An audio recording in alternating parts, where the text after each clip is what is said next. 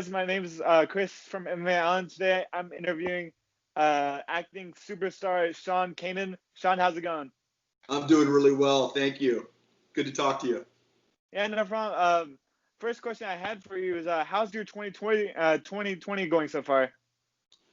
Well, listen, this isn't the 2020 that any of us expected, right? But Yeah.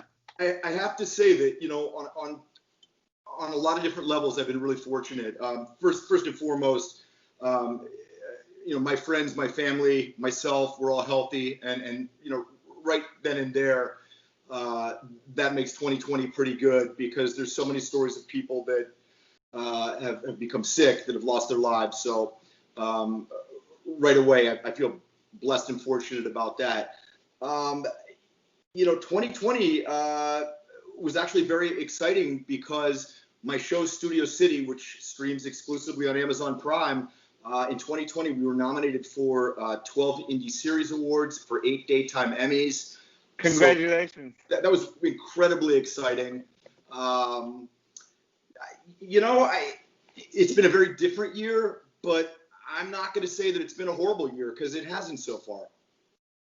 Mm-hmm. Yeah, for sure. And with Studio City, when do you think filming is going to resume on that project? Is it going to be next year or? That's exactly what we're discussing right now. No, I'm fairly certain that we're going to begin season 2 within like the next 45 days. So. Oh, nice. That's great to hear. It took me over 10 years to get this thing made, so we're doing a season 2.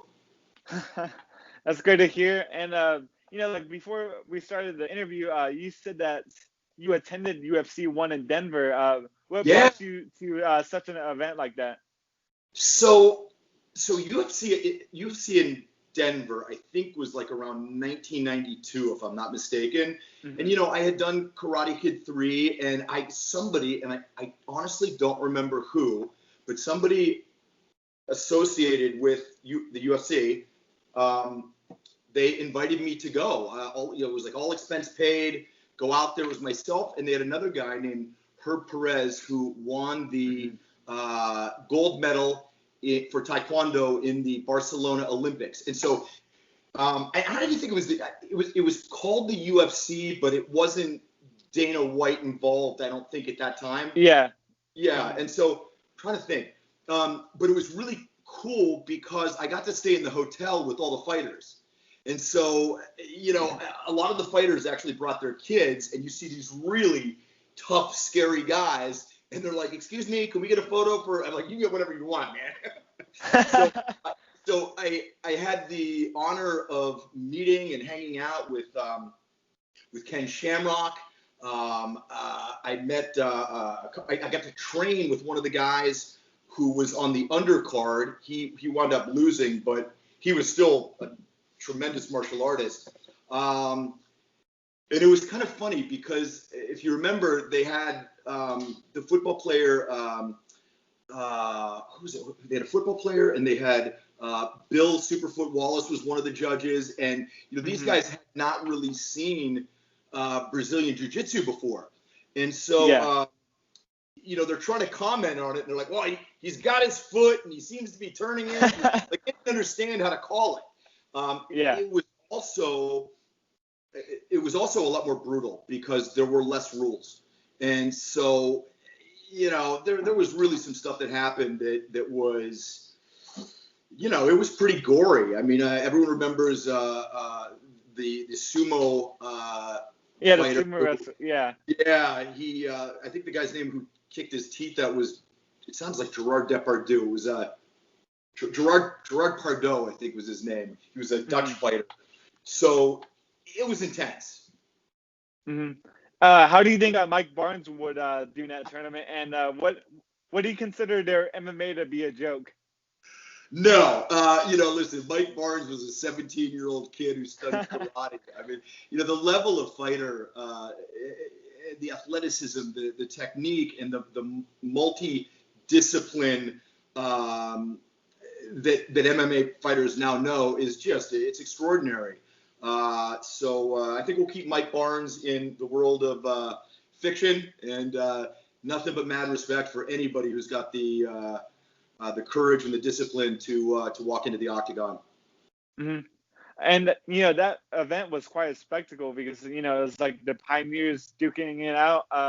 Did you ever think MMA would be at such a high level as it is today? I didn't, because if you remember in the beginning, one of the biggest problems that they had was finding states and even cities to legalize it, yeah, to have the event. And so I was like, they're never, they're never going to take this really big time unless they can resolve that issue. I think it's amazing. The absolute empire that this sport has built is incredible. It effectively unseated boxing. I mean, boxing is still great to watch, but mm-hmm. I mean, I don't think it's as nearly as dynamic as watching MMA. Yeah, for sure. And I know that you started boxing and kickboxing at a young age. What encouraged you to go into martial arts? When I was a kid, I got bullied a lot when I was younger, and I started doing some boxing, and I was doing it on the south side of Youngstown, Ohio, and my parents very quickly realized that I was in there with guys that were doing it to get out of their economic situation. And they said, listen, we think maybe you should study karate. And I didn't want to do it. I was like, no, I like boxing. Rocky had come out, but I started studying martial arts in my hometown of Pennsylvania, and I just really fell in love with the philosophy and the discipline. And I was a kid that really was in some desperate need of discipline at that point in time. And, it's made a huge difference in my life on many, many different levels. Mm-hmm. And I know for the Karate Kid Part 3, you kind of modeled your hair after Ivan Drago off of Rocky 4. Did you do like any character study, or like did Mike Barnes kind of become like a model after? Was it modeled after Ivan Drago? Well, actually, when the breakdown for the character came out, they described Mike Barnes as a 17-year-old white Mike Tyson. And that certainly is not how I saw myself at the time. But, being an actor, I said, that's who I'm going to become. And, having had watched Rocky IV, recently, and seen the incredible performance by Dolph Lundgren and his just unbelievable physicality and presence, and, having watched Mike Tyson's, animal ferocity, I just tried to, do my best to sort of channel that and bring that to the character. Mm-hmm.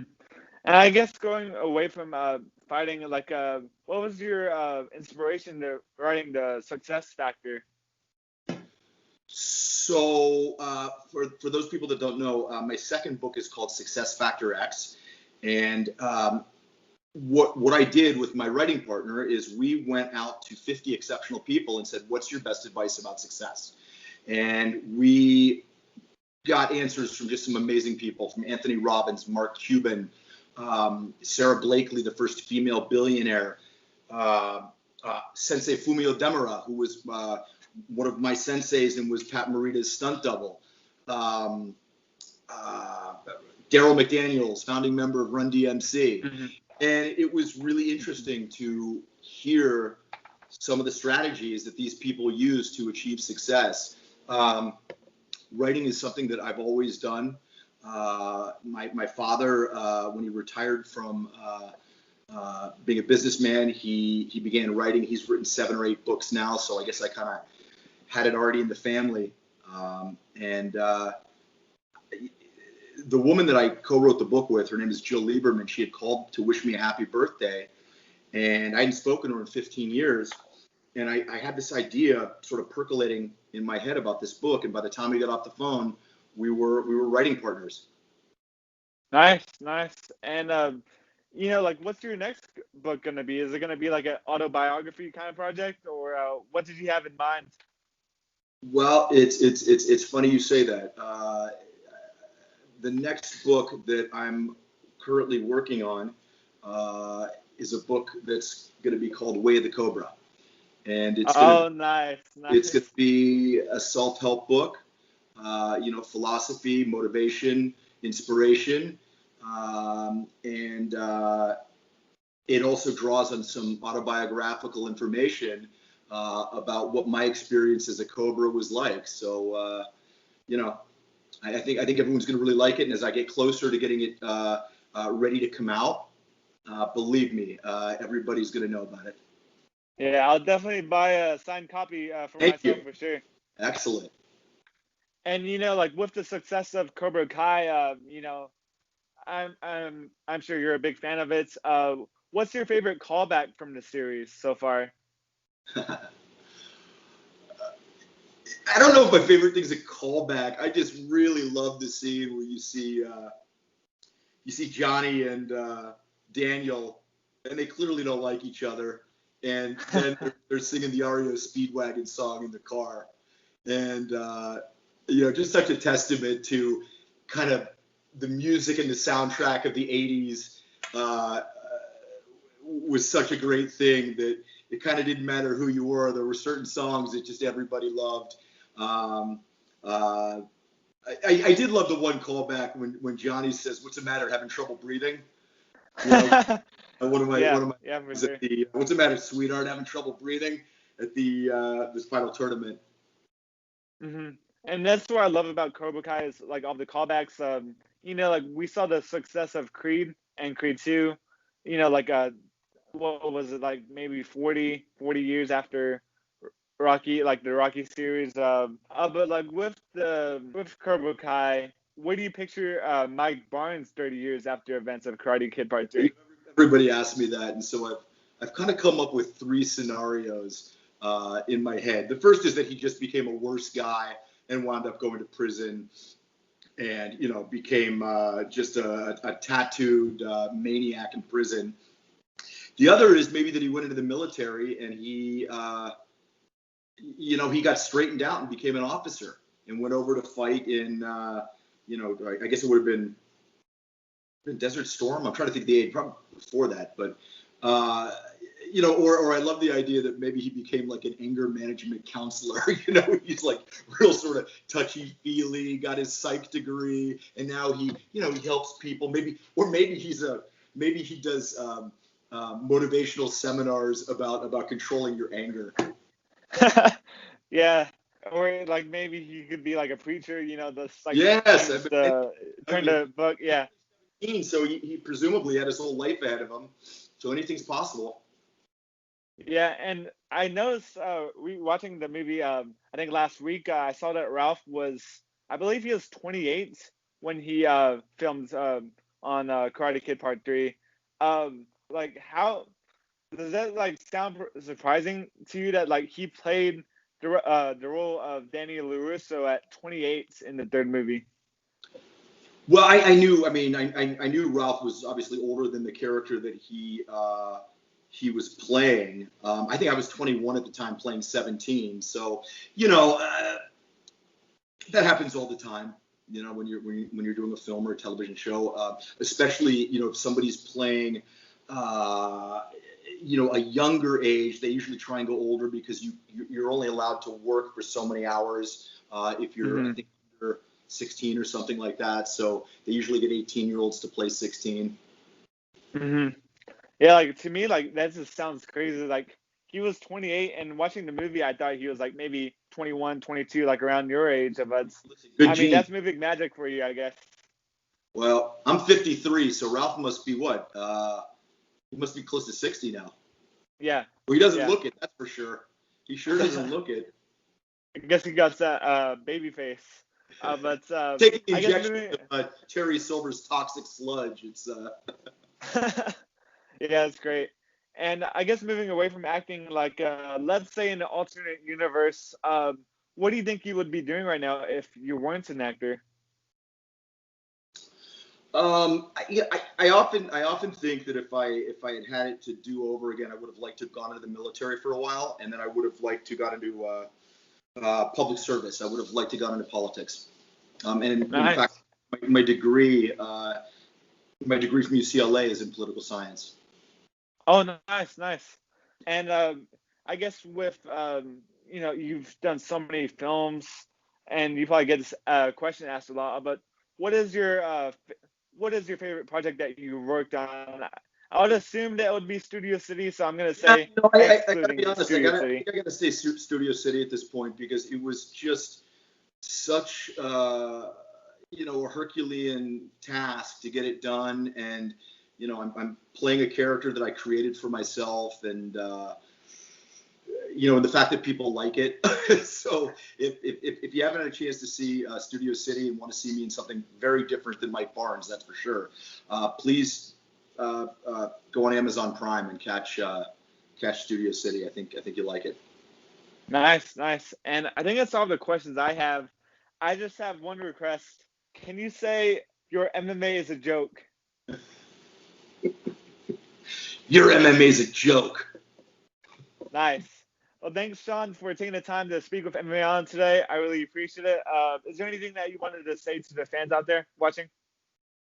Just thank you so much for the support. It's amazing after 30 years that a whole new generation of fans now are enamored, rediscovering the Karate Kid films and watching Cobra Kai.